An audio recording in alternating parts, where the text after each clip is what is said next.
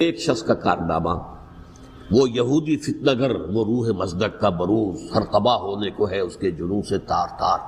اسی طرح وہ عبداللہ ابن سبا یہودی فتنہ گر۔ آج اہل تشیع میں سے بعض حضرات کہتے ہیں کہ یہ عبداللہ ابن سبا یہ تو افسانوی شخصیت، اس کی حقیقت کوئی تھی ہی نہیں، حالانکہ ان کی اپنی کتاب میں رجال کشی کے اندر اس کا ذکر موجود ہے، اور یہ بھی موجود ہے کہ حضرت علی رضی اللہ تعالیٰ عنہ نے اپنے عہد خلافت میں اسے زندہ جلوایا ہے۔ اس کی وجہ کیا تھی؟ یہ آیا مدینے کے اندر اسلام کا لبادہ اوڑھ کر اس نے چند عقیدوں کی اشاعت شروع کی۔ سب سے پہلے حضرت علی تو خدا ہیں، گاڈ انکارنیٹ، اوتار کا تصور، جیسے ہندوؤں میں ہے رام چندر جی خدا کا اوتار، اور عیسائیت میں بھی پہلے گاڈ انکارنیٹ کا تصور تھا کہ حضرت مسیح خدا کا اوتار ہے، انکارنیشن آف گاڈ۔ تو اس نے کہا کہ حضرت علی تو خدا کا اوتار ہے، خدا ہے۔ نمبر دو، اس نے کہا کہ ہر نبی کا ایک وصی ہوتا ہے جس کے حق میں وہ وصیت کرتا ہے، تو حضور صلی اللہ علیہ وسلم کے وصی حضرت علی ہیں، لہذا خلیفہ تو اول روز سے حضرت علی ہیں، حضرت ابو بکر، حضرت عمر، حضرت عثمان، یہ تو غاصب ہے، اور حضرت عثمان کی خلافت تھی اس وقت خاص طور پر۔ پھر اس نے جو قبائلی عصبیت تھی اسے بھڑکایا۔ پرانی جو عصبیت چل رہی تھی قریش کے اندر، وہ دو گھرانے ایک دوسرے کے مد مقابل تھے۔ دیکھیے، ایک ہوتا ہے قبیلہ، ایک ہوتا ہے گھرانہ۔ ہمارے پنجاب میں ایک قبیلہ ہے وٹو قبیلہ، اس کے گھرانے بہت سے، مانے کے، لالے کے، سجے کے، شامد کے، یعنی کوئی لالا تھا ان میں سے بڑا، ان کے بیٹے ہو گئے لالے کے، ان کی اولاد، خاندان یہ کہلاتے ہیں۔ قبیلہ ایک، یہ وٹو قبیلہ۔ تو قبیلہ تھا قریش، اس میں گھرانے بہت تھے، بنو ہاشم، بنو امیہ، بنو تیم، بنو عدی، یہ بہت سے گھرانے تھے۔ تو چوٹی کے دو گھرانے جو تھے وہ بنو ہاشم اور بنو امیہ، ان کے درمیان چپقلش تھی، مقابلہ، مسابقت، اور یہ مسابقت فی الخیر بھی ہوتی تھی۔ اگر انہوں نے غریبوں کو کھانے کھلائے ہیں تو ہم ان سے بڑھ کر کھلائیں گے، اگر وہ حاجیوں کی خدمت کرتے ہیں تو ہم ان سے بڑھ کر کریں گے۔ تو ان کے اندر یہ مسابقت الخیر بھی تھی، لیکن چپقلش تھی کہ کوئی ہم سے آگے نہ نکل جائے، وہ سمجھتا تھا وہ آگے نہ نکل جائے۔ اس شخص نے اس پرانی عصبیت کو تازہ کیا کہ حضور تو بنو ہاشم میں سے تھے، لہذا خلافت حق ہے بنو ہاشم کا، یہ غاصب ہے۔ اس سے پہلے دو خلفاء جو تھے وہ نہ بنو ہاشم سے تھے نہ بنو امیہ سے تھے۔ حضرت ابو بکر بنو تیم میں سے تھے، چھوٹا قبیلہ تھا۔ حضرت عمر بنی عدی میں سے تھے، وہ بھی چھوٹا قبیلہ تھا۔ یہ حضرت عثمان پہلے خلیفہ جو بنو امیہ میں سے تھے، جن کی پرانی چپقلش بنو ہاشم سے تھی۔ اب اس کو موقع مل گیا کہ پرانی قبائلی عصبیت کو بھڑکائے۔ یہ ہے اصل میں اس فتنے کا پس منظر عبداللہ ابن سبا نے جو آ کر پھیلایا ہے، اور اس کی تفصیل میں اس وقت میں نہیں جا سکتا، کیسے یہ فتنہ پروان چڑھا، کیا انہوں نے اسٹریٹجی اختیار کی، کہ یہ کیا کرتے تھے، گروہ بنا کر بھیجتے تھے لوگوں کو، کوفے میں جاؤ تو وہاں پر دمشق کے گورنر کے خلاف اور مصر کے گورنر کے خلاف الزامات لگاؤ، اس نے یہ کیا، وہ غبن کر گیا، وہ یہ کر گیا، وہ خیانت کر رہا ہے، وہ رشتہ داروں کو پال رہا ہے، اور عثمان کے خلاف بھی تقریریں کرو رضی اللہ تعالیٰ عنہ۔ دمشق میں جاؤ تو کوفے کے گورنر کے خلاف، کیونکہ دمشق کے گورنر کے خلاف بات کرو گے تو لوگوں کو معلوم ہوگا کہ یہ جھوٹ بول رہے ہیں، لیکن یہ کہ وہاں تو تم بات کرو کوفے کے گورنر کے خلاف اور مصر کے گورنر کے خلاف اور حضرت عثمان کے خلاف۔ مصر میں جاؤ تو بات کرو کوفے کے اور شام کے گورنر کے خلاف اور حضرت عثمان کے خلاف۔ یہ انہوں نے ایسا اٹھایا، اور اس زمانے میں آپ کو معلوم ہے ذرائع رسل و رسائل تھے نہیں، نہ اس فتنے کی پتہ چل سکا جب تک کہ وہ فتنہ جو ہے پوری طرح برگو بار لا کر تراور درخت نہیں بن گیا۔ اس کے نتیجے میں حضرت عثمان رضی اللہ تعالیٰ عنہ شہید ہوئے، اور خلیفہ پھر حضرت علی رضی اللہ تعالیٰ عنہ کو انہی سوائیوں نے، جنہوں نے گھیراؤ کیا تھا، جنہوں نے حضرت عثمان کو شہید کیا ہے، یہی حضرت علی رضی اللہ تعالیٰ عنہ کے ارد گرد ہو گئے۔ اور حضرت علی رضی اللہ تعالیٰ عنہ بھی نہیں چاہتے تھے خلافت کی بیعت لینا، لیکن آخر کیا کرتے؟ کیا وہ امت کو بغیر خلیفہ کی چھوڑ دیتے؟ حضرت زبیر سے کہا گیا، انہوں نے نہیں مانا، رد کر دی بات۔ حضرت طلحہ سے کہا گیا، انہوں نے نہیں مانا۔ حضرت علی سے کہا گیا، اب عشرہ مبشرہ میں سے یہی تو تھے نا، لہذا انہوں نے تسلیم کر لیا، خلافت ہو گئی۔ لیکن اس کے بعد جو خانہ جنگی ہوئی ہے، اس خانہ جنگی کے نتیجے میں نوٹ کر لیجئے کہ 1,00,000 کے قریب مسلمان ایک دوسرے کی تلواروں اور نیزوں اور برچھیوں اور تیروں سے ختم ہو گئے، ہلاک ہو گئے۔ یہ ہماری تاریخ کا تاریخ ترین باب ہے۔ 5 سال، 4.5 سال حضرت علی کی خلافت کے اور 6 مہینے حضرت حسن کی خلافت کے رضی اللہ تعالی عنہ۔ اس سے کیا ہوا کہ ایک طرف تو اسلام کی جو توسیع ہو رہی تھی، تھمتا نہ تھا کسی سے سیل رواں ہمارا، وہ سیلاب رک گیا، انٹرنل سیبوٹاج ہو گئی نا، اب تو اندر ہی آپس ہی میں اگر دست و گریبان ہو گئے تو باہر اب کیا توسیع کرتے ہیں، وہ توسیع کا عمل رک گیا۔ اور یوں سمجھیے کہ جیسے ٹرک اگر کبھی چل رہا ہو، بھرا ہوا ہو، لوڈڈ، اور وہ چڑھائی چڑھ رہا ہو، تو اگر کہیں موشن ٹوٹ جائے، ٹرک کو رکنا پڑے، تو ڈرائیور کے جان پر بن جاتی، اس لیے کہ اس کو دوبارہ سٹارٹ کرنا، اور جبکہ وہ چڑھائی پر ہے، انکلائن پر ہے، آسان کام نہیں ہوتا، خطرہ ہوتا ہے وہ پیچھے جو ہے وہ نہ جائے۔ اور پہاڑی علاقوں میں آپ کو معلوم ہے ذرا پیچھے چلے جانے کا مطلب جو ہے بہت خطرناک جو ہے نتیجہ نکل سکتا ہے۔ بہرحال حضرت علی رضی اللہ تعالیٰ عنہ نے اپنے خلافت میں ایک کام یہ کیا، اب اس کی کیا مصلحتیں تھیں یہ تو انہی کے علم میں ہوگا، ہم قیاس کر سکتے ہیں، میں اس میں نہیں جانا چاہتا۔ ابھی تک خلافت کا مرکز تھا مدینہ منورہ، حضرت ابوبکر، حضرت عمر، حضرت عثمان، وہیں جہاں حضور صلی اللہ علیہ وسلم رہے تھے اور جہاں پر کہ حضور مدفون تھے۔ لیکن حضرت علی نے اپنا مرکز جو ہے وہ کوفہ بنا دیا۔ اچھا، اس کی ایک ظاہری وجہ یہ سمجھ میں آتی ہے کہ اسلام کا جو پھیلاؤ ہو گیا تھا، وہ سلطنت اتنی وسیع ہو گئی تھی کہ مدینہ منورہ بہت جنوب میں اور بڑے صحرا کو عبور کر کے جانا ہوتا تھا۔ کوفہ جبکہ ایسی مقام پر تھا کہ جہاں سے مشرقی راستہ جا رہا ہے ایران کو، عراق کے اندر تو ہے وہ شہر کوفہ، اور پھر ایران اور خراسان اور ہندوستان کو راستہ جا رہا ہے، وہیں سے شمال کی طرف جا رہا ہے، شام کی طرف اور ترکی کی طرف، اور وہاں سے پھر یہ کہ مغربی افریقہ کو بھی کنٹرول کرنا، جو شمالی افریقہ کو، وہ بھی آسان تھا۔ بہرحال حضرت علی نے کوفہ کو اپنا مرکز بنایا، اور نتیجہ یہ ہوا کہ سبائیوں کا بھی مرکز وہی بن گیا، چونکہ انہوں نے اپنے آپ کو گردا گرد رکھا حضرت علی کے رضی اللہ تعالیٰ۔ اب ظاہر بات ہے کسی پرٹیکولر پرسن کے خلاف تو کوئی مقدمہ موجود تھا نہیں، بلکہ جب جنگ جمل ہو رہی تھی، ابھی جنگ نہیں ہوئی تھی، حضرت عائشہ، حضرت طلحہ، حضرت زبیر وہ لے کر آئے تھے ایک لشکر اس مطالبے کے لیے کہ حضرت عثمان کے قاتلوں کو سزا دی جائے، قصاص لیا جائے۔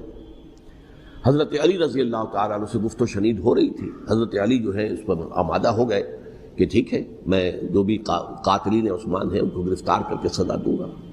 عین اسی وقت کوفے کی مسجد کے اندر جو ہے 10,000 کا مجمع کھڑا ہو گیا، ہم سب قاتل عثمان ہیں، لو ہم سے بدلہ کہاں سے لوگے۔ اور انہوں نے کیا کیا، جاتے ہی جنگ چھیڑ دی، اور جب چھڑ جائے تو یا مرو یا مارو، اس کے علاوہ تو کوئی چارہ کار ہوتا ہی نہیں۔ ایک رات میں 10,000 مسلمان شہید ہوئے، جن میں 2 عشرہ مبشرہ میں سے حضرت زبیر اور حضرت طلحہ رضی اللہ تعالیٰ۔ تو یہ صورت تھی، سبائیوں نے گھیراؤ کیا حضرت علی کا رضی اللہ تعالیٰ۔ حضرت معاویہ دعوے دار نہیں تھے خلافت کے، قطعاً نہیں، ان کا صرف ایک دعویٰ تھا، اور وہ یہ تھا کہ عثمان کے قاتلوں کو گرفتار کرو، یا خود سزا دو یا ہمارے حوالے کرو، ہم اس سے قصاص لیں گے۔ اس لیے کہ قبیلہ بنو امیہ کا تھا، اور حضرت ابی معاویہ بنو امیہ میں سے، تو ایک خاندانی طور پر جو ہے ہم قصاص لیں گے ان سے جنہوں نے قتل کیا ہے حضرت عثمان کو۔ لیکن یہاں ظاہر بات ہے کہ حضرت علی رضی اللہ تعالیٰ عنہ کی طرف سے مطالبہ یہ ہوتا تھا، تم پہلے میری بیعت کرو، میرے ہاتھ مضبوط کرو تاکہ میں ان کے خلاف کوئی اقدام کر سکوں۔ لیکن انہیں یہ اندازہ تھا کہ اگر میں نے بیعت کی تو ظاہر بات ہے کہ حضرت علی تک پہنچنے سے پہلے مجھے گردن اڑا دیں گے یہ لوگ، اس لیے کہ سبائی جو ہے وہ آپ کو گھیرے ہوئے۔ بہرحال ایک عجیب الجھاؤ، ایک ڈائلیما تھا جس کی وجہ سے یہ جنگ چلتی رہی، اور حضرت علی رضی اللہ تعالیٰ عنہ کو انہی کے شیعان علی ہی کے اندر سے وہ جماعت علیحدہ ہوئی تھی جس کو ہم خوارج کے نام سے جانتے ہیں، اور ایک خارجی ابن ملجم ہی نے حضرت علی کو شہید کیا رضی اللہ تعالیٰ عنہ۔ پھر حضرت حسن رضی اللہ تعالیٰ عنہ، اب دیکھیے کس قدر صحیح بات تھی جو حضرت علی رضی اللہ تعالیٰ عنہ نے فرمائی جب ان سے کہا گیا کہ کیا ہم آپ کے بیٹے حسن کے ہاتھ پر بیعت کر لیں رضی اللہ تعالیٰ عنہ۔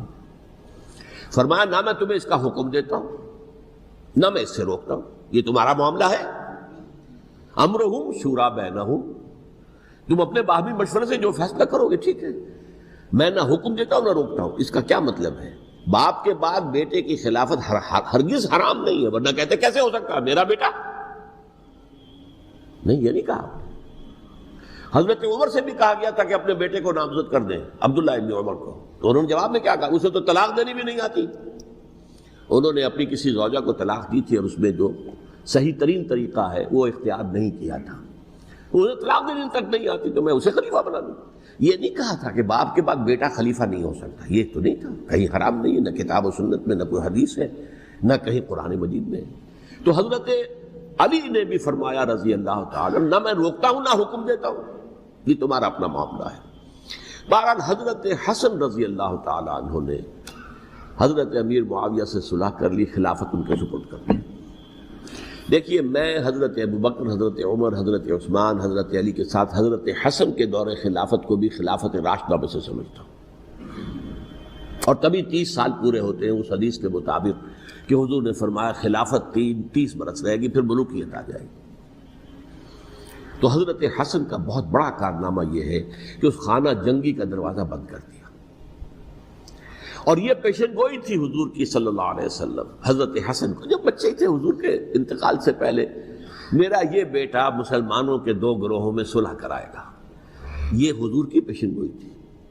اور وہ پیشن گوئی حضرت حسن کے علم میں بھی ہوگی یقیناً. بہرحال انہوں نے صلح کی حضرت امیر معاویہ کے ساتھ رضی اللہ تعالی عنہ، خلافت ان کے حوالے کر دی اور کچھ شرائط تھیں طے ہو گئی. اللہ خیر صلی اللہ. حضور کی تو یہ پیشن گوئی جو ہے صحیح ثابت ہوئی کہ میرا یہ بیٹا مسلمانوں کے 2 بڑے گروہوں کے درمیان صلح کرا دے گا. اور سبائیوں نے انہیں تانے دیے، یا عار المومنین، اے مومنوں کے لیے موجب عار، موجب شرم تم نے بزدلی دکھائی ہے، تم نے امیر معاویہ کو خلیفہ تسلیم کر لیا، تم نے بزدلی دکھائی. معاذ اللہ ثم معاذ اللہ ثم معاذ اللہ. اب میں کچھ باتیں حضرت امیر معاویہ کے بارے میں کہنا چاہتا ہوں، اس لیے کہ وہاں اس میں نے حضرت معاویہ کے بارے میں یہ تو بہت شدت کے ساتھ کہا تھا، اور میں اب بھی اس پر قائم ہوں اور پوری طریقے سے قائم ہوں. میرا مستقل موقف یہی ہے کہ حضرت معاویہ رضی اللہ تعالیٰ عنہ کے دور خلافت کو ہم خلافت راشدہ میں شامل نہیں سمجھتے، اہل سنت میں سے کوئی بھی نہیں سمجھتا. لیکن اس کے ساتھ میں نے حضرت امیر معاویہ کے کچھ مناقب بھی بیان کیے تھے تاکہ پلڑا جو ہے ترازو کا اس کے دونوں پلڑے سامنے آ جائیں. لیکن یہ کہ وہ حصہ میرے اس بیان کا نکال دیا گیا، ختم کر دیا گیا. یہ میں نہیں جانتا کہ اس میں کیا مصلحت دیکھی گئی ہے. اس میں تو کسی کے لیے کوئی معاملہ ایسا نہیں تھا کسی کے جذبات کو جو ہے وہ ٹھیس پہنچانے والا. کیونکہ میں نے کہا وہ خلیفہ راشد نہیں تھے، صاف میں نے کہا، بلکہ وہ دور ملوکیت کا آغاز ان سے ہو گیا ہے.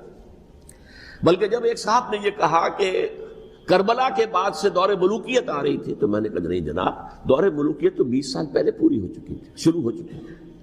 حضرت امیر معاویہ کے بھی 20 سال جو ہے وہ دور ملوکیت میں شمار ہیں. انہیں کسری العرب بھی کہا گیا، عرب کے کسریٰ جو شہنشاہ ایران کا خطاب تھا، حضرت معاویہ رضی اللہ تعالیٰ عنہ کو کسری العرب کہا گیا، عرب کا کسریٰ یہ.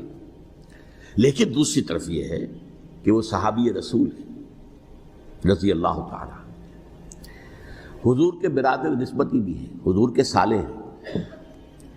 ان کی ہمشیرہ ام حبیبہ حضور کی زوجہ محترمہ ہیں، ام المومنین ہیں، ام حبیبہ رضی اللہ تعالیٰ عنہ. پھر کس قدر معتمد علیہ تھے حضور کے کہ کاتبان وحی میں شامل تھے. وحی کی کتابت کرنے والے چند لوگ تھے جنہیں کہ حضور کہتے تھے کہ اب یہ آیت لکھ لو. ان میں سے ایک امیر معاویہ بھی رضی اللہ تعالیٰ. تو بڑے توازن کی ضرورت ہے. دیکھیے صحابہ کرام کا جہاں تک تعلق ہے، اہل سنت کا موقف یہ ہے کہ صحابہ تو کلہم عدول، صحابہ سب کے سب نیک نیت ہے اور ان کی روایت جو ہے قبول کی جائے گی، رد نہیں کی جائے گی، ان پر کوئی جرح و تعدیل نہیں ہوگی. اس لیے کہ ان کا تزکیہ محمد الرسول اللہ صلی اللہ علیہ وسلم نے کیا تھا.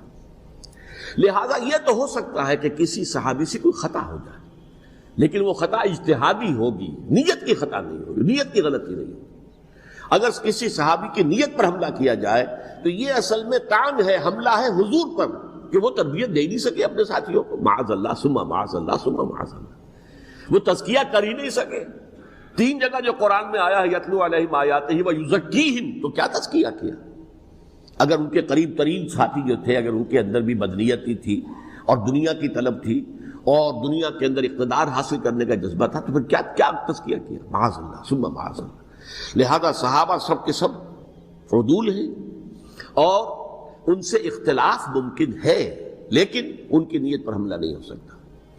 تو حضرت امیر معاویہ کی شخصیت ایک چیز ہے، آپ کا دور خلافت دوسری چیز ہے۔ شخصیت کے اعتبار سے صحابی رسول ہیں، برادر نسبتی ہیں حضور کے صلی اللہ علیہ وسلم، اور پھر یہ کہ اس قدر معتمد علیہ ہے صحابہ میں سے کہ وہ کاتبان وحی، یہ عام آدمی کے کرنے کا کام نہیں تھا جو وحی کی کتابت کرے، اللہ کے کلام کی۔ البتہ یہ ہے کہ جیسا کہ میں نے عرض کیا، ان کا دور خلافت راشدہ نہیں ہے، وہ ملوکیت کا دور ہے۔ یہ میں نے جیسا عرض کیا، میں نے ایک صاحب نے جب یہ کہا کہ ملوکیت شروع ہو رہی تھی، میں نے کہا شروع نہیں ہو رہی تھی، ملوکیت تو 20 سال پہلے شروع ہو چکی تھی۔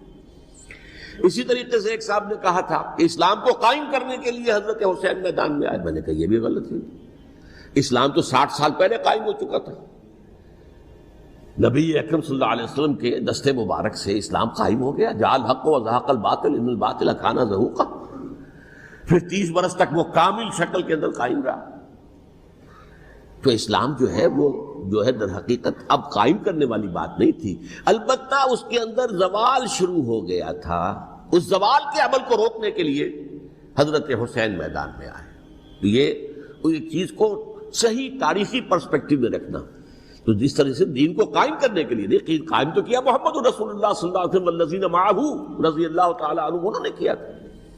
ہاں اب جو ہے وہ اپنی اس شاندار حیثیت سے نیچے گرنے لگا تھا، وہ میں بعد میں عرض کروں گا کہ میں نے اسے کیا عرض کیا تھا کہ یہ اس زوال کو روکنے کے لیے کسی طریقے سے یہ اپنی اصل حقیقت میں قائم رہے، یہ حضرت حسین رضی اللہ تعالیٰ عنہ کی سعی تھی۔ اچھا، حضرت امیر معاویہ کے جو 20 سال ہیں وہ پورے امن، سکون، اطمینان، کوئی جھگڑا، کوئی فساد، کوئی اختلاف، کوئی باہمی خانہ، کچھ 20 سال۔ یہ بھی تاریخ کی بڑی چشم کشا حقیقت ہے جو عام طور پر لوگوں کے علم میں نہیں ہے۔ سبائی بھی دبکے رہے، حضرت امیر معاویہ کی حکومت اتنی مضبوط تھی، کنٹرول، کہ ان کو کچھ سر اٹھانے کا موقع نہیں ملا۔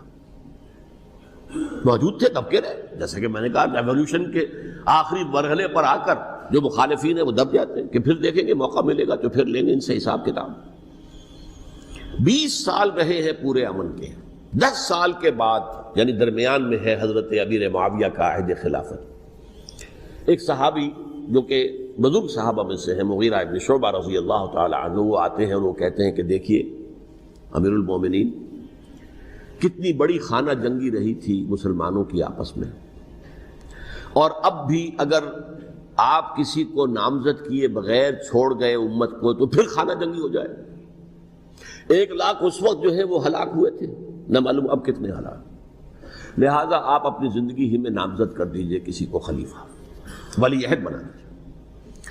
حضرت امیر معاویہ نے ابتداءً جو ہے انکار کیا نہیں، لیکن ان کے دلائل ایسے تھے وزنی، اور میں سمجھتا ہوں کہ وہ بات صحیح تھی جو مغیرہ ابن شعبہ نے کہی، اس لیے کہ اب صحابہ کرام میں سے جو کبار صحابہ تھے وہ تو سب دنیا سے رخصت ہو چکے تھے۔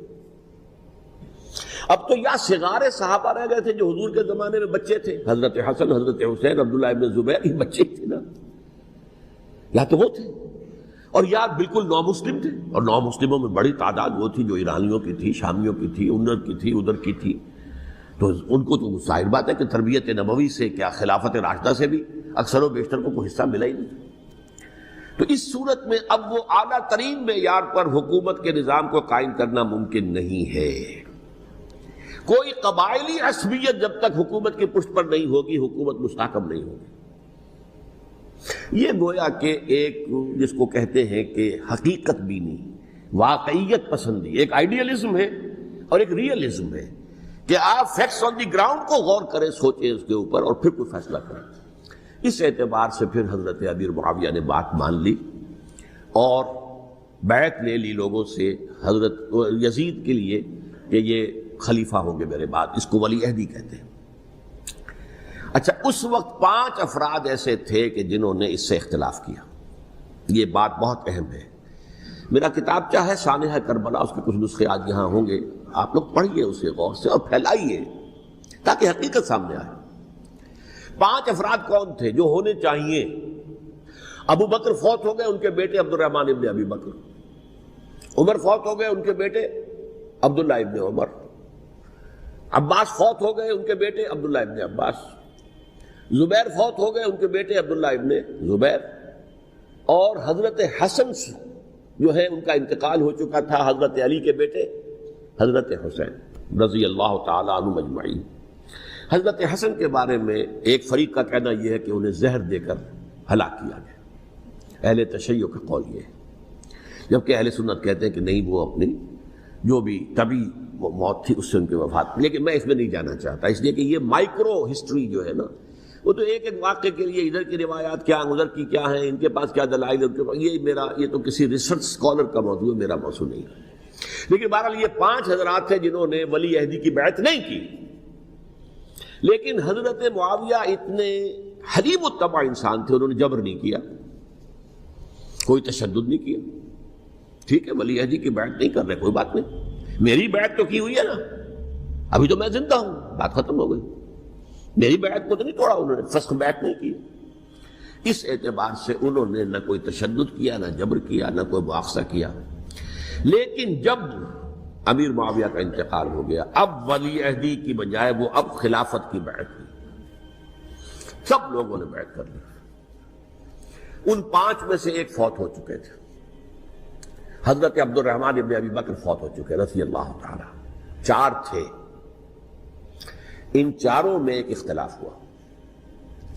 2 کی رائے یہ تھی، عبداللہ ابن عمر، عبداللہ ابن عباس، کہ اگرچہ یہ کام غلط ہوا ہے، اسلام کی روح کے منافی ہوا ہے، یہ بادشاہت کی بنیاد پڑ رہی ہے، لیکن یہ بات ایسی نہیں ہے کہ اس کی بنا پر ہم خانہ جنگی شروع کروا دیں، امت کے اندر خون خرابہ کروائیں، فساد کروائیں. لہذا انہوں نے بیعت کر لی. اب کوئی اگر یہ کہے معاذ اللہ کہ وہ بک گئے تھے یزید کے ہاتھ میں، معاذ اللہ ثم معاذ اللہ، وہی بات آپ اختلاف کر سکتے ہیں کہ انہیں نہیں کرنی چاہیے تھی، یہ کوئی رائے رکھے، مجھے اختلاف نہیں. لیکن ان کی نیت پر حملہ کریں گے تو حملہ محمد رسول اللہ پر ہوگا صلی اللہ علیہ وسلم. عبداللہ ابن عمر کون ہیں؟ کتنی حدیثیں ان سے جو ہے وہ منقول ہیں. عبداللہ ابن عباس کون ہیں؟ جنہیں حضور نے جو ہے جن کے لیے دعا کی تھی، اے اللہ فقہہ فی الدین وعلمہ التاویل، اے اللہ اس نوجوان کو دین کا فہم عطا کر اور قرآن کی تعویل اور تفسیر کا علم عطا کر. حبر الامہ کہلاتے ہیں. وہ کہیں پیسوں اور ٹکروں کے عوض بک جانے والے نہیں تھے. انہوں نے امت کی مصلحت دیکھی، نیت جو ہے اس پر حملہ نہ کیجیے. البتہ اختلاف کا حق آپ کو حاصل ہے. 2 حضرات جو ہے ڈٹے رہے کہ نہیں، ہمیں کم وقت میں ریزسٹ کرنا ہے. عبداللہ ابن زبیر عمر کے اعتبار سے وہ بڑے ہیں. مسلمانوں میں سب سے پہلے ولادت مدینے میں جا کر جو ہوئی ہے وہ عبداللہ ابن زبیر کی ہوئی ہے.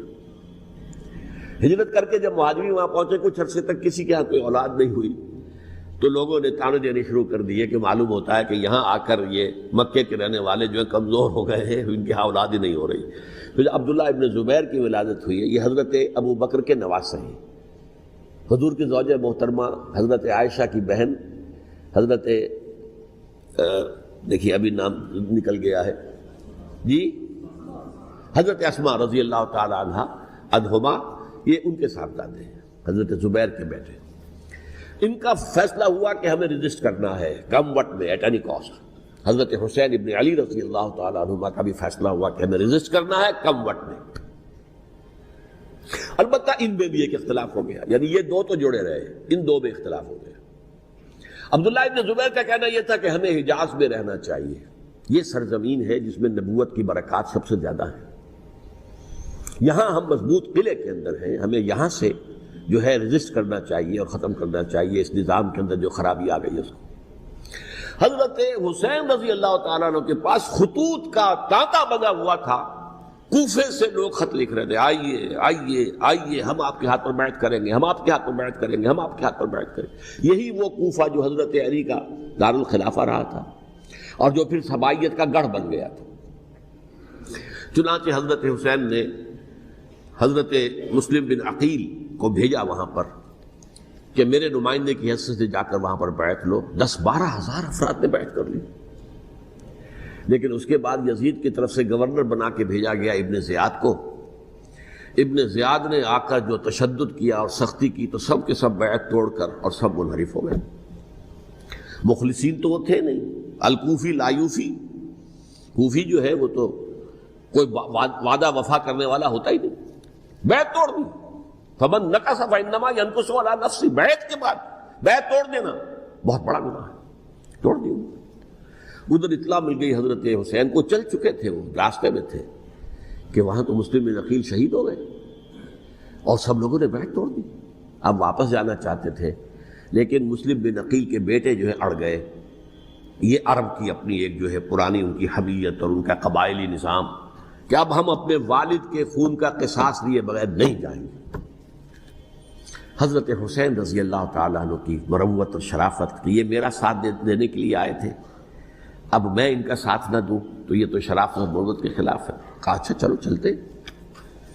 وہاں جا کر بھی عین اپنے میدان کے اندر بھی حضرت حسین رضی اللہ تعالیٰ عنہ نے 3 چیزیں پیش کی ان کوفیوں کے لشکر کے خلاف. سب سے بڑا لشکر کے اندر سب سے بڑے تو کوفی تھے جنہوں نے بیعتیں کی ہوئی تھی حضرت حسین کے ساتھ.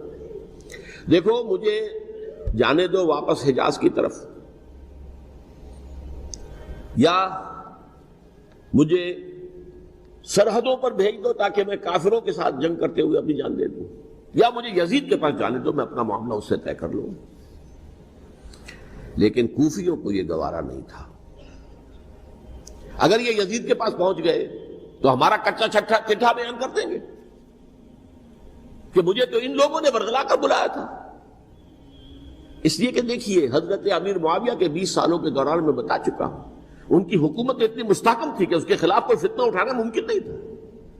اب چونکہ ایک چینج اوور ہوا تھا، اور چینج اوور میں آپ کو معلوم ہوتا ہے کہ ایک جس کو کہتے ہیں every thing is in the melting پاٹ، ابھی تو یہ درمیان کے اندر معاملہ ہے، تو انہیں موقع ملا. سر اٹھایا حضرت حسین رضی اللہ تعالیٰ عنہ کو، جو خطوط لکھے جس کے کہ تھیلے کے تھیلے اور بوریوں کی بوریاں بھری ہوئی حضرت حسین کے ساتھ تھی، وہ کہا کہ آئیے ہم آپ سے بیعت کریں گے.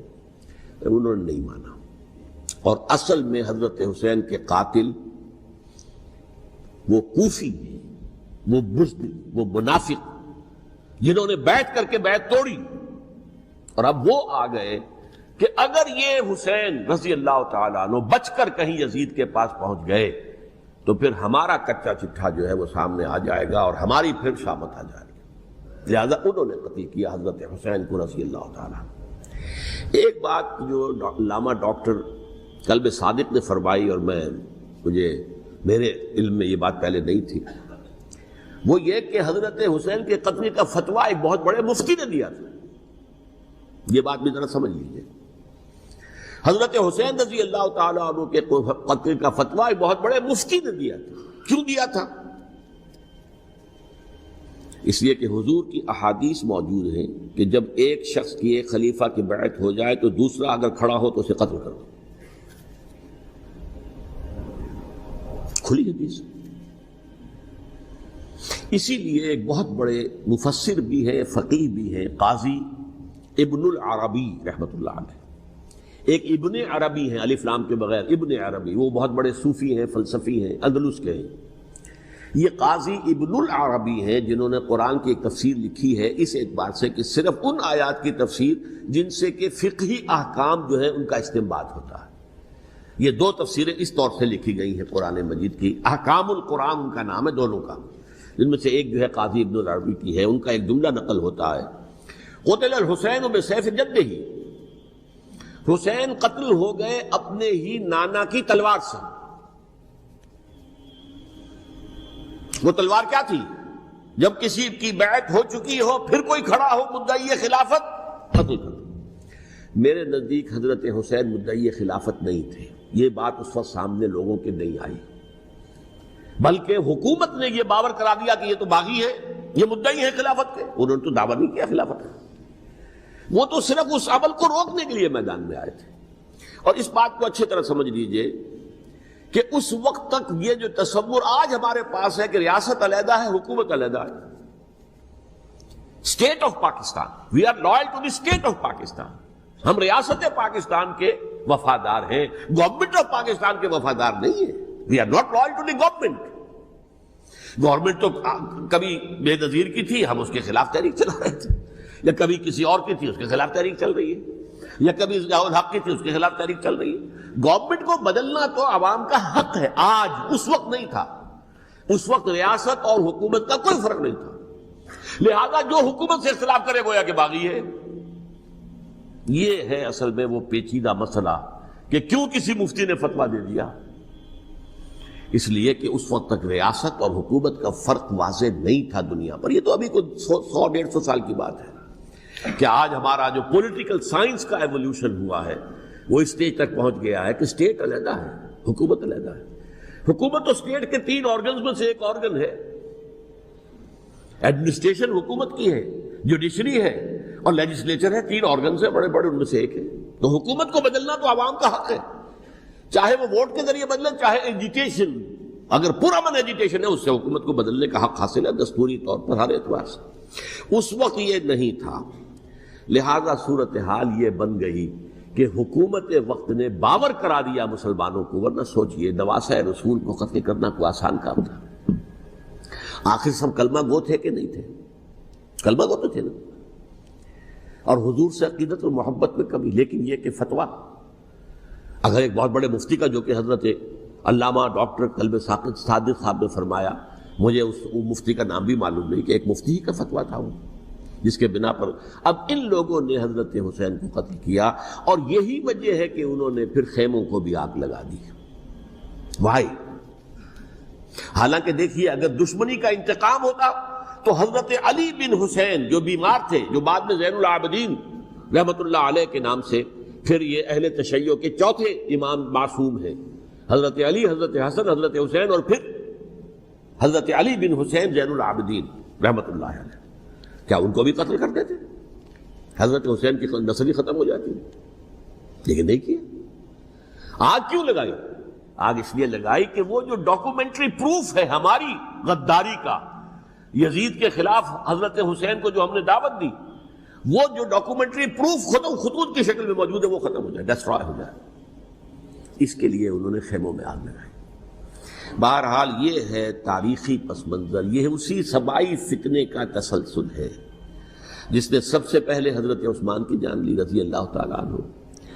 5 سال تک مسلمانوں میں خانہ جنگی رکھی، حضرت علی کو پھر شہید کیا، اور اس کے بعد جو ہے 20 سال حضرت امیر معاویہ کے تو سر نہیں اٹھا سکے، لیکن پھر جب ایک چینج اوور ہو رہا تھا تو اس وقت انہوں نے موقع غنیمت سمجھا کہ اب کھڑے ہو جاؤ اور اب دوبارہ ایک فتنہ جو ہے اس کو امت کے اندر پیدا کر دو۔ اچھا، اس معاملے میں ایک بات جو میں نے وہاں کہی کہ ہمارے ہاں شاعرانہ جو مبالغہ آمیزی ہے، یہ میری گفتگو کا حصہ انہوں نے حذف کر دیا ہے، اور میں نے ایک سنی شاعر، بہت بڑے عالم، جن کے حوالے سے آج بھی میری تقریر ہوگی خالق جناح ہال میں، مولانا محمد علی جوہر کے ایک شعر کے حوالے سے کہا کہ قتل حسین اصل میں مرگ یزید ہے، اسلام زندہ ہوتا ہے ہر کربلا کے بعد۔ میں نے کہا بالکل محمل شعر ہے، اسلام مرا ہی نہیں تھا، زندہ ہونے کا کیا سوال؟ اور اگر کسی درجے میں مزمحل یا زخمی ہوا تھا تو وہ تو رہا، کربلا کے بعد بھی رہا، یزید کی حکومت بھی رہی، بنو امیہ کی حکومت بھی چلی، کوئی تبدیلی تو نہیں آئی۔ یہ کیا کہہ رہے ہیں؟ اسلام زندہ ہوتا ہے کربلا کے بعد؟ میں نے کہا اسلام مرا نہیں تھا۔ جیسے میں نے یہ کہا کہ ملوکیت جو ہے وہ اب شروع نہیں ہوئی، ملوکیت تو 20 برس پہلے شروع ہو چکی تھی حضرت امیر معاویہ کے، لیکن ظاہر بات ہے کہ حضرت حسن نے، حضرت حسین نے اس کو قبول کیا، اور حضرت حسین نے تو پھر 10 سال تک ولی عہدی جو تھی چاہے بیعت نہیں کی، لیکن اس کے خلاف میدان میں آ کر چیلنج تو نہیں کیا۔ اس اعتبار سے یہ معاملہ جو ہے اسلام زندہ ہوتا ہے کربلا کے بعد، یہ بے تکی بات ہے۔ ہاں، حضرت شاہ اسماعیل شہید رحمۃ اللہ علیہ کی اگر میں تشبیہ کو، تمثیل کو سامنے رکھوں تو اسلام کی عمارت 6 منزلہ ہے، 6ٹھی منزل ٹاپ کی وہ گر گئی، 5 منزلیں انٹیکٹ تھیں، اسلام مرا نہیں تھا۔ عدالت میں شریعت کے مطابق فیصلے ہو رہے تھے، قاضی تھے، مفتی تھے، شریعت نافذ تھی، اسلام کیا مرا تھا؟ جبکہ خود کہہ رہے ہیں علامہ قلب صادق کہ ایک مفتی کے فتوے سے حضرت حسین کو قتل کیا گیا۔ اب وہ مفتی کی رائے، اس کی بدنیتی ہو، جو بھی ہو، وہ جانے، اللہ جانے، لیکن عام مسلمان کیا کرے؟ اس پہلو سے اسلام مرا نہیں تھا. ہاں ایک منزل گر گئی تھی، وہ گری نہیں، 1000 برس تک گری نہیں، یہاں تک کہ آ کر مغربی امپیریلزم نے اس کے گرایا، ملوکیت کا معاملہ ختم کیا، اور وہ جبرین ملوکیت دوسری آ گئی. ورنہ وہی بادشاہی چلی ہے. بلکہ دور بنو امیہ میں وہ بادشاہی پوری طرح اس نے بالوں پر نہیں نکالے تھے، اصل بالوں پر تو اس نے نکالے ہیں دور بنو عباس میں آ کر. اور پھر سلاطین جو ہے ترک، جو ترک خلفاء ہے، ان کا بھی بادشاہت تھی، اور کیا تھا، وہ خلافت تو نہیں تھی. تو یہ تو اسلام میں جو بھی نقص واقع ہو گیا تھا، کبھی واقع ہو گئی تھی، وہ جو کی تو برقرار رہی. اس کو بھی تسلیم کیا. میں اللہ کا شکر ادا کر کے کہتا ہوں کہ دونوں حضرات، دونوں شیعہ دانشور اور بڑی اعلیٰ سطح کے جو شیعہ عالم تھے، انہوں نے اس بات کو تسلیم کیا اور میری اس بات کو چیلنج نہیں کیا.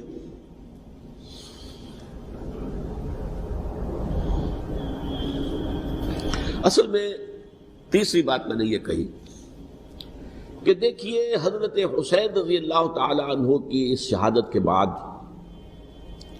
اس کے بعد واقعہ حرہ بھی ہوا، جو واقع کربلا سے بھی بعض اعتبارات سے زیادہ بھیانک اور زیادہ گھناؤنا واقعہ بنو امیہ کی تاریخ ہے، جس کو لوگ جانتے ہی نہیں. مدینہ کے کچھ لوگوں نے بغاوت کی اور انہوں نے اس کے خلاف فوج بھیجی، اور فوج کو جب مدینہ فتح کر لیا، 3 دن کے لیے حلال کر دیا، جو چاہو کرو، یہاں جسے چاہو مارو، جسے چاہو لوٹو، جس کا گھر چاہو برباد کرو، جس عورت کو چاہو ریپ کرو. اور یہ مدینہ النبی کے اندر ہوا. تو کاٹ کھانے والی ملوکیت کے اندر بہت سے واقعات ہوئے. عبداللہ ابن زبیر کھڑے ہوئے، انہوں نے حکومت قائم کی تھی، لیکن یہ کہ وہ تو 6 سال کے لیے کامیاب بھی رہے، ایک حکومت قائم کی، بنو امیہ کے ہاتھ پر بیٹھ نہیں کی، بالآخر ان کی حکومت بھی ختم ہو گئی. پھر حضرت زید کھڑے ہوئے، انہوں نے بغاوت کی، وہ بھی ناکام رہ گئے.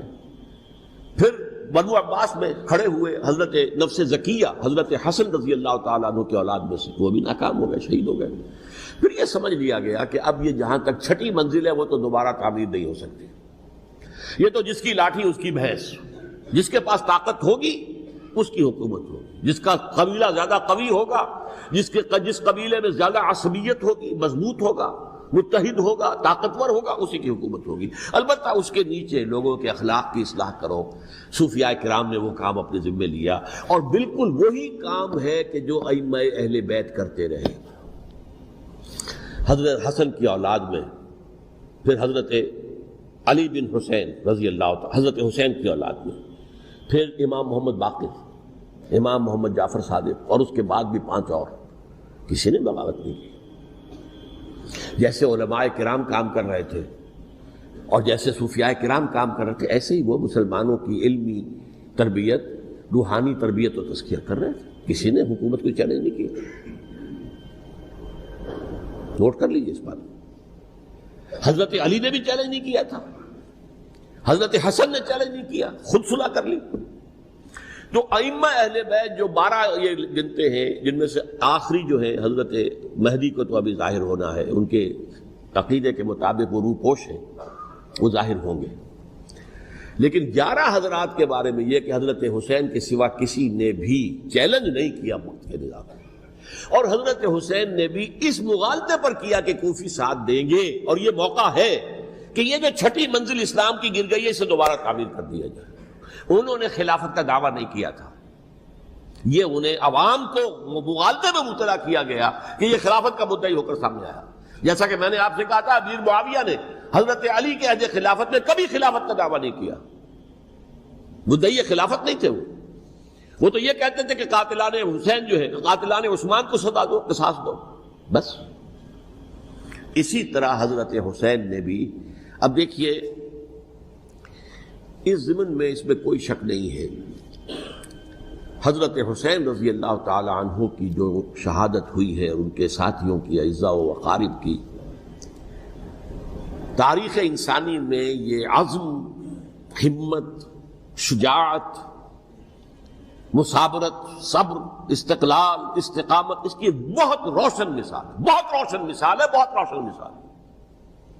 لیکن اس سے تاریخ کی رفتار پر کوئی اثر نہیں پڑا. وہ جو ملوکیت آ گئی تھی وہ اور گہری سے گہری ہوتی چلی گئی.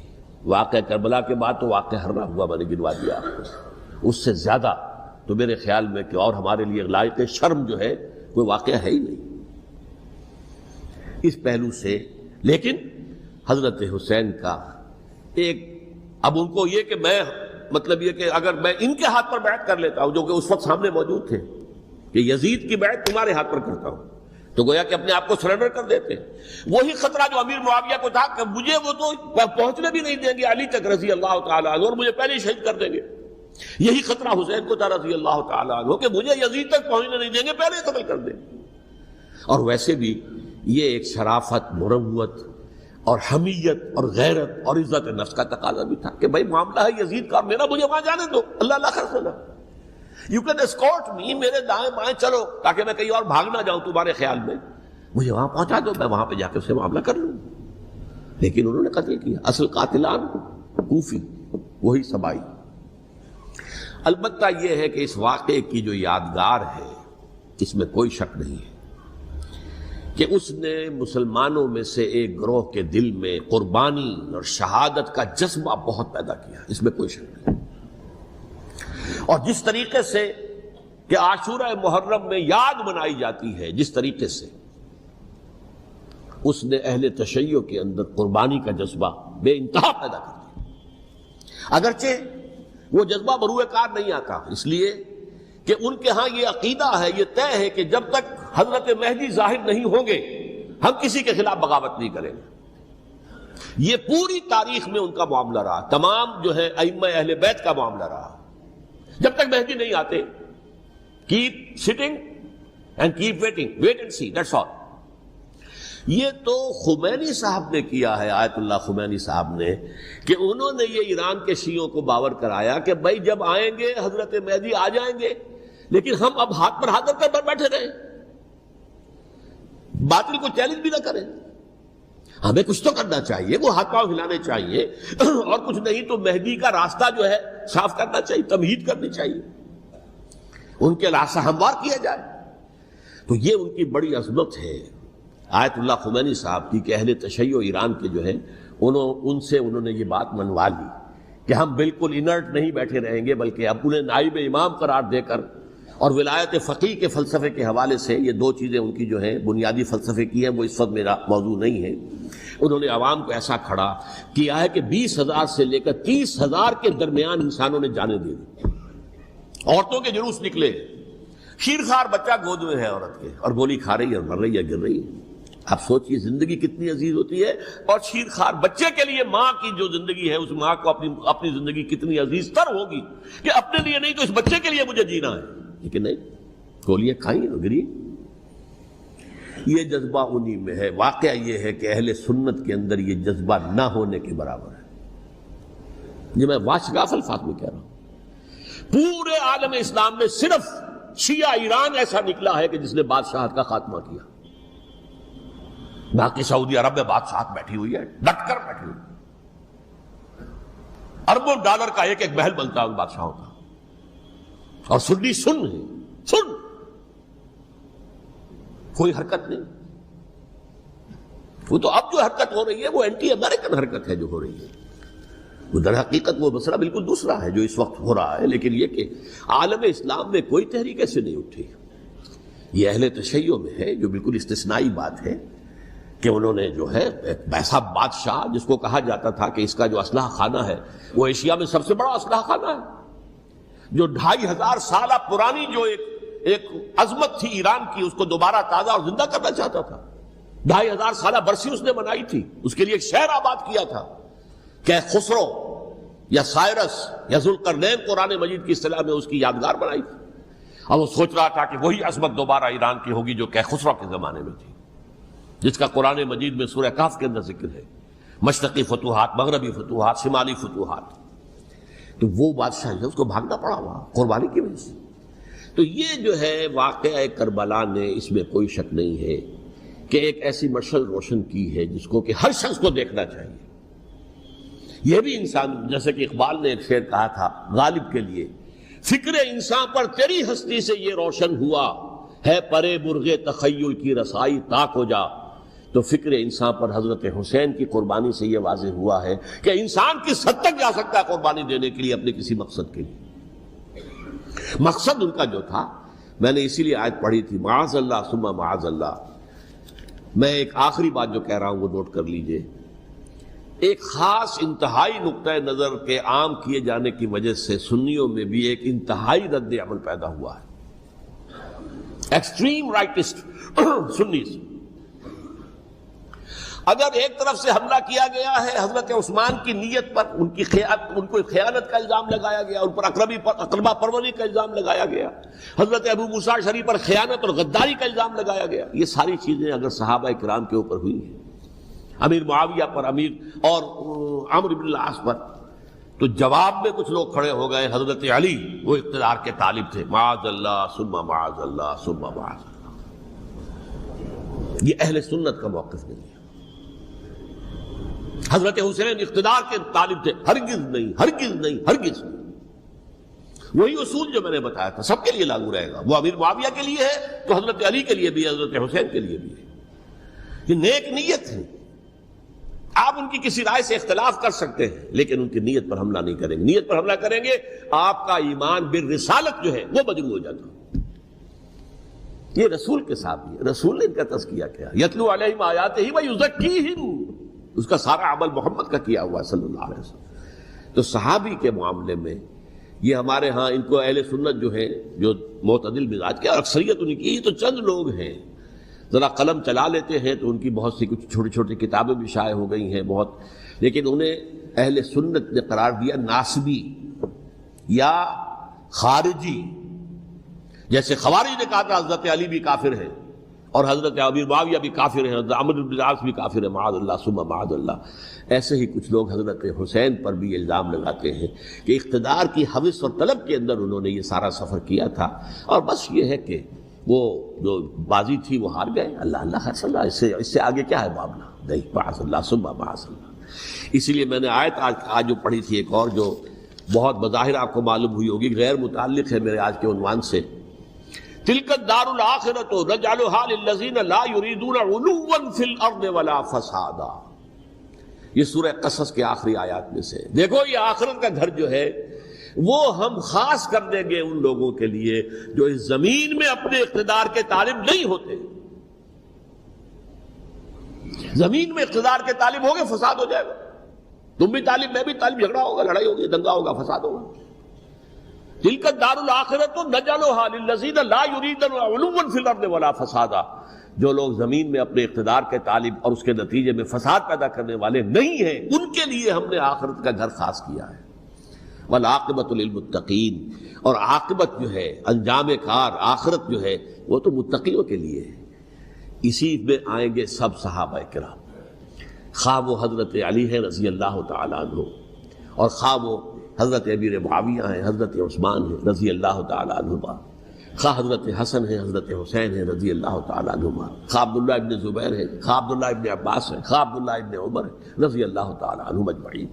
اس اصول کو سامنے رکھ کر اختلاف آپ کر سکتے ہیں کسی سے بھی، لیکن کسی کی نیت پر حملہ کریں گے تو اصل میں آپ کا ایمان بالرسالت مجروح ہو جائے گا۔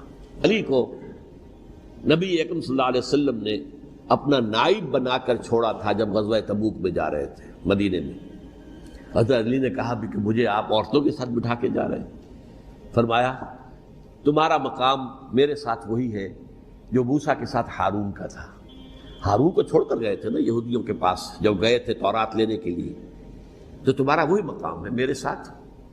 تو یہ حضرت علی ہے رضی اللہ، ان کے بارے میں میرا، ان کی کیا عظمت میری نگاہ میں۔ تو یہ 3 کتابچے ہیں، مجھے نہیں معلوم تیسرا یہاں ہے یا نہیں ہے، بہرحال آپ لوگوں کو ریکمینڈ کر رہا ہوں کہ ان کا مطالعہ کریں۔ اب یہ کہ آخری بات یہ کہ اصل ہمارے کرنے کا کام کیا ہے۔ دیکھیے کیوں نہیں کیا کسی نے بھی خروج کا معاملہ، وہ میں واضح کر چکا ہوں، بغاوت نہیں کی، کیوں؟ ایک تو ریاست اور حکومت میں فرق نہیں تھا، ذرا کھڑا ہو اور وہ باغی قرار پائیں گے، واجب القتل ہو جائیں گے، فتوے کی زد میں آ جائے، یہ معاملہ تھا۔ اور دوسرے یہ کہ عمارت پوری گری نہیں تھی، ایک منزل گری تھی۔ آج ہم کہاں کھڑے ہیں؟ پوری عمارت گری ہوئی ہے، نہ شرعی عدالتیں ہیں، نہ شرعی فیصلے ہیں، نہ احکام الہی نافذ ہے، نہ حدود اور قصاص کے معاملات، کچھ بھی نہیں۔ ہمارا فرض کیا ہے؟ حضرت حسین کی مدح کرتے رہیے، تعریف کرتے رہیے، صحابہ کرام کی مدح کرتے رہیے، مدح صحابہ، اس کے لیے مجلسیں قائم ہو رہی۔ بھائی کر کیا رہے ہو؟ تھے تو آبا وہ تمہارے ہی، مگر تم کیا ہو؟ ہاتھ پر ہاتھ دھرے منتظر فردا ہو۔ تلک امۃ قد خلت لہا ما کسبت ولکم ما کسبتم۔ وہ تو ایک امت تھی جو چلی گئی، اللہ کے ہاں پہنچ گئے۔ جو کچھ انہوں نے کمایا وہ ان کے لیے، تمہارے لیے نہیں ہے۔ تمہارے لیے وہ ہوگا جو تم کماؤ گے۔ ہمارے لیے راستہ اب یہی ہے کہ خلافت راشدہ کے مکمل نظام کو اثر نو قائم کرنے کے لیے منہج انقلاب نبوی کو اختیار کریں۔ میری کتاب اس پر، کیسٹس اس پر، آڈیو کیسٹس، ویڈیو کیسٹ، سی ڈیز، نہ معلوم ڈی وی ڈی، سب کچھ موجود۔ سیرت النبی پر تو میں عرض کر چکا ہوں، فلسفہ سیرت النبی سمجھنا ہے تو میری کتاب پڑھیے، ورنہ سیرت النبی آپ پڑھ لیں گے، واقعات معلوم ہو جائیں گے، فلسفہ سیرت سامنے نہیں آئے، اس کا آپ مطالعہ کریں گے میری کتاب سے۔ اور دوسرے یہ کہ یہ خلافت قائم کرنے کے لیے جو جد و جہد ہم کر رہے ہیں، تحریک خلافت پاکستان جس کا میں داعی ہوں، ادنا سا، وہ تنظیم نہیں ہے، میں اس کا امیر نہیں، وہ ایک تحریک ہے۔ جیسے تحریک پاکستان کہلاتی تھی، جس کی تنظیم تھی مسلم لیگ، پارٹی کا نام مسلم لیگ تھا، لیکن تحریک پاکستان، اس طرح تحریک خلافت پاکستان وہ ہم نے چلائی ہے تنظیم اسلامی کے تحت۔ یہ خلافت جب پہلی چلی تھی آج سے 84 سال قبل، نومبر 1921 میں خالد دینہ ہال میں وہ مقدمہ چلا تھا، جس کے نتیجے میں بڑے بڑے جو لیڈر تھے ہمارے، مولانا محمد علی جوہر اور مولانا حسین مدنی اور مولانا ابوالکلام آزاد، ان سب کو 2 سال کی قید کی سزا سنائی گئی تھی، بغاوت، مقدمہ بغاوت، یہ خالد دینہ ہال۔ اسی میں سن 91 یا 92 میں نے 3 دن تقریریں کی تھیں، جن میں آج سے پھر میں 3 تقریریں کرنے والا ہوں، ایک آج شام کو، ایک کل شام کو رات 9 بجے، آج بھی کل بھی، ایک پرسوں اتوار کی صبح کو 10 بجے ہے کیا 11 بجے۔ تو ان میں آپ حضرات شرکت فرمائیں، تاکہ اصل جو ہمارے کرنے کا کام ہے، تاریخ کو بھی سمجھنا چاہیے، تاریخ کے عوامل کیا ہیں، کیا پس پردہ عوامل کار فرما تھے، کیا کسی شے کی اصل حقیقت ہے، وہ سمجھنا چاہیے۔